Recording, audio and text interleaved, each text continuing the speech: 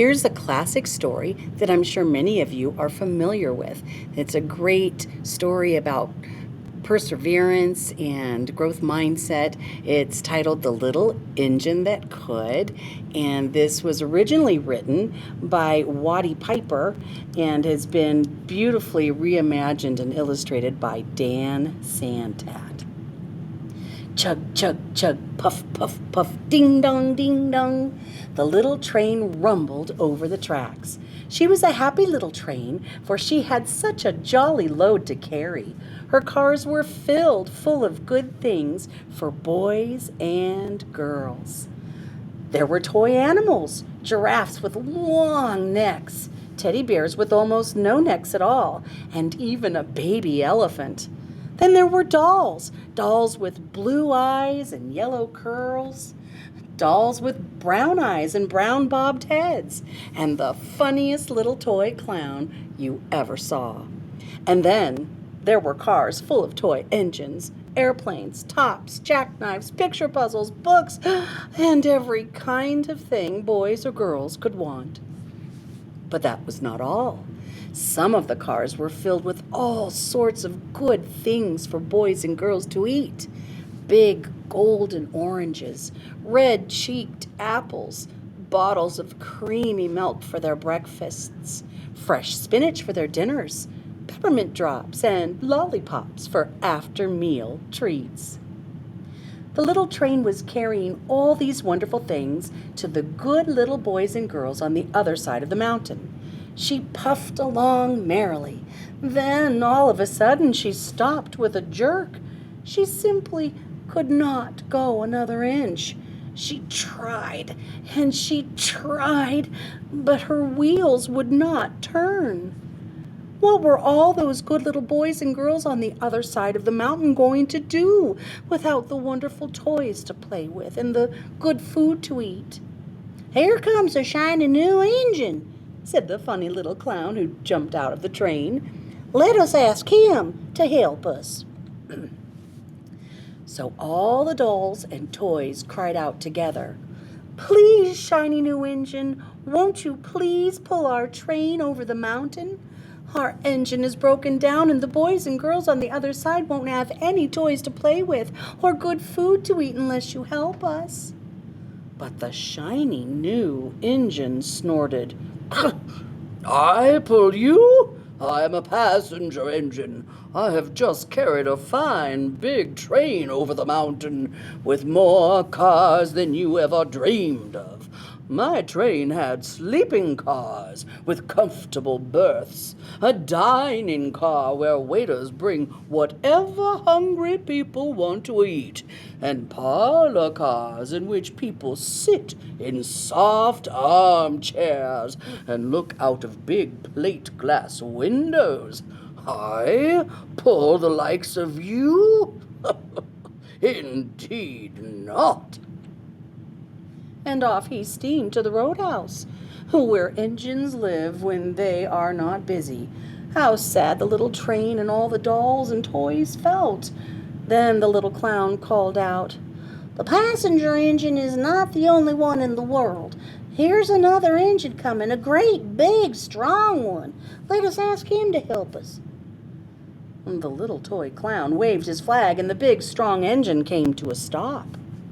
"Please, oh please, big engine," cried all the dolls and toys together. "Won't you please pull our train over the mountain? Our engine is broken down, and the good little boys and girls on the other side won't have any toys to play with or good food to eat unless you help us." But the big, strong engine bellowed, "I am a freight engine. I have just pulled a big train loaded with big machines over the mountain. These machines print books and newspapers for grown-ups to read. I am a very important engine indeed. I won't pull the likes of you." And the freight engine puffed off indignantly to the roundhouse. The little train and all the dolls and toys were very sad. "Cheer up," cried the little toy clown. The freight engine is not the only one in the world. Here comes another. He looks very old and tired, but our train is so little, perhaps he can help us." So the little toy clown waved his flag, and the dingy, rusty old engine stopped. "Please, kind engine," cried all the dolls and toys together, "won't you please pull our train over the mountain? Our engine is broken down, and the boys and girls on the other side won't have any toys to play with or good food to eat unless you help us." But the rusty old engine sighed. "I am so tired. I must rest my weary wheels. I cannot pull even so little a train as yours over the mountain. I cannot. And off he rumbled to the roundhouse, chugging, "I cannot. Then indeed the little train was very, very sad, and the dolls and toys were ready to cry. But the little clown called out, "Here's another engine coming, a little blue engine, a very little one. Maybe she can help us." The very little engine came chug-chugging merrily along.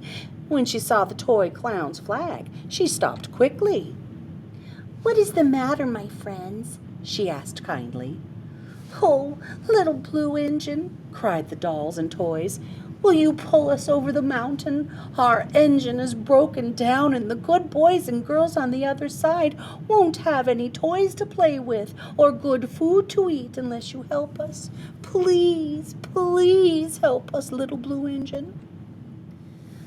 "I am not very big," said the little blue engine, "and they use me only for switching trains in the yard. I have never been over the mountain." "But we must get over the mountain before the children awake," said all the dolls and all the toys. The very little engine looked up and saw the tears in the doll's eyes, and she thought of the good little boys and girls on the other side of the mountain who would not have any toys or good food unless she helped. And then she said, "I think I can. And she hitched herself to the little train. She tugged and pulled and pulled and tugged, and slowly they started off. The toy clown jumped aboard, and all the dolls and toy animals began to smile and cheer. Puff, puff, chug, chug went the little blue engine. "I think I can.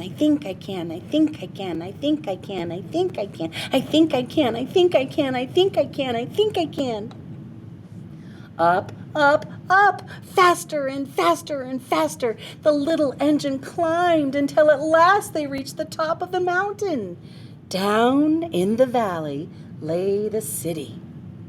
"Hooray! Hooray!" cried the funny little clown and all the dolls and toys. "The good little boys and girls in the city will be happy because you helped us, kind little blue engine." And the little blue engine smiled and seemed to say as she puffed steadily down the mountain, "I thought I could. I thought I could. I thought I could. I thought I could. I thought I could. I thought I could. I thought I could. I thought I could." Oh, the little engine that could. A great reminder for all of us that we'll never know if we can accomplish something unless we try. All right, boys and girls, until next time, adios amigos. Goodbye.